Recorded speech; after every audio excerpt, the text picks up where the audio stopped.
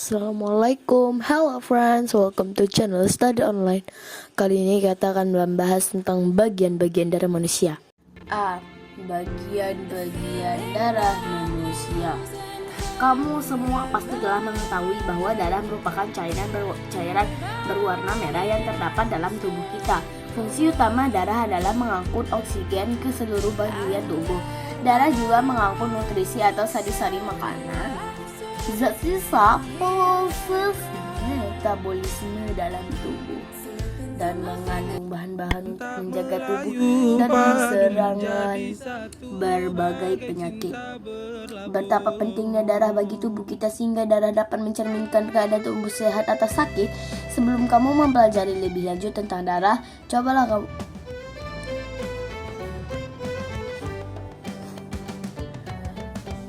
oksigen yang kita hidup bernapas akan dibawa oleh darah ke seluruh tubuh.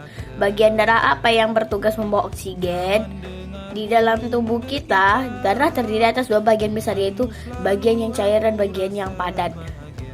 Bagian yang cair disebut cairan darah atau plasma darah. Sementara itu bagian padat tersusun dari sel-sel darah yang terdiri atas sel darah merah eritrosit dan sel darah putih leukosit dan ketiga trombosit. 1. Plasma darah. Plasma darah adalah cairan berwarna kuning keruh yang mengandung sari-sari makanan. Plasma darah menyusun lebih dari setengah darah kita. Air merupakan penyusun plasma darah terbanyak. Selain itu, dalam plasma darah juga terlarut sari-sari makanan, yaitu protein, lemak, zat gula, vitamin, dan garam-garam mineral. Fungsi utama plasma darah adalah mengangkut sari-sari makanan dari usus halus ke seluruh tubuh. Plasma darah juga berguna mengangkut limbah sisa metabolisme dan karbon dioksida hasil pembakaran sari-sari makanan di seluruh tubuh. Karbon dioksida diangkut ke paru-paru untuk dikeluarkan melalui saluran pernapasan. 2. Sel darah merah eritrosit. Sel darah merah berbentuk unik seperti cakram dengan bagian tengah agak cekung. Dibandingkan jumlah sel darah yang lain, jumlah sel darah merah merupakan yang terbanyak. Sesuai namanya, sel darah merah berwarna merah. Hal ini disebabkan oleh kandungan hemoglobin dalam sel darah merah.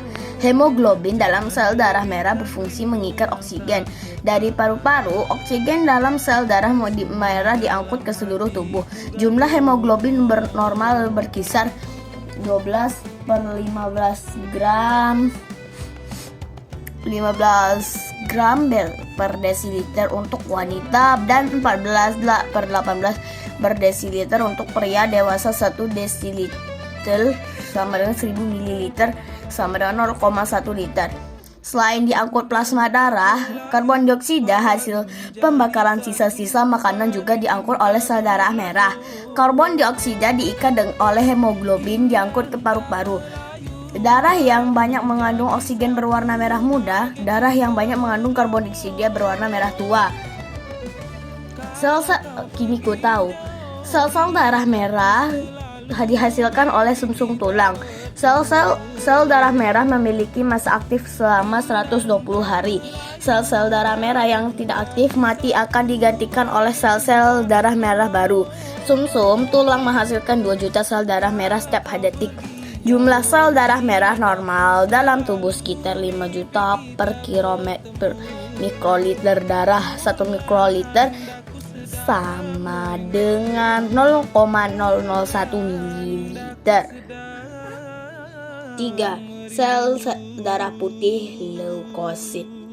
Seperti namanya, sel darah putih berwarna putih dibandingkan jumlah sel darah merah. Jumlah sel darah putih lebih sedikit, namun ukuran sel darah putih lebih besar daripada sel darah merah. Sel darah putih aktif bergerak sehingga bentuknya selalu berubah-ubah. Jumlah sel darah putih normal sekitar 4.500 sampai 11.000 per kilometer darah orang dewasa. Fungsi sel darah putih adalah melawan dan membunuh kuman yang masuk ke dalam darah dan sel-sel tubuh.